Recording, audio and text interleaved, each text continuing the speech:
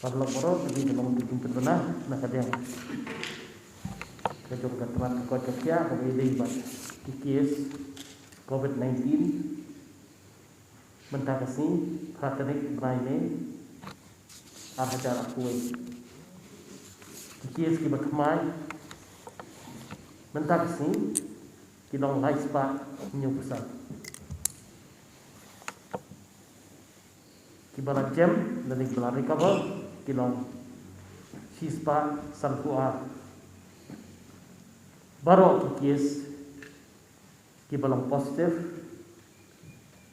kelemlang apa kejelah ini kilong arhajar ndrespa nyufra pada kini tang apa East Kasil district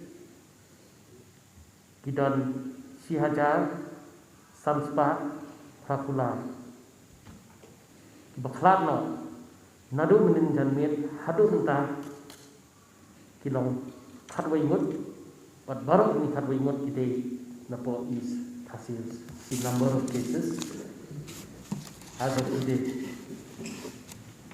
8 of May 2021.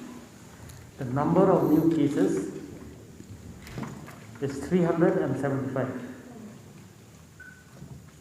The number of recoveries 152.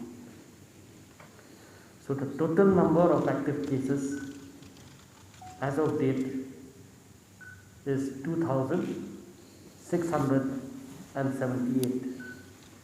And only in East Khas Hills alone is 1,583. The number of new deaths from last evening till now is 11, and all in East Khas Hills.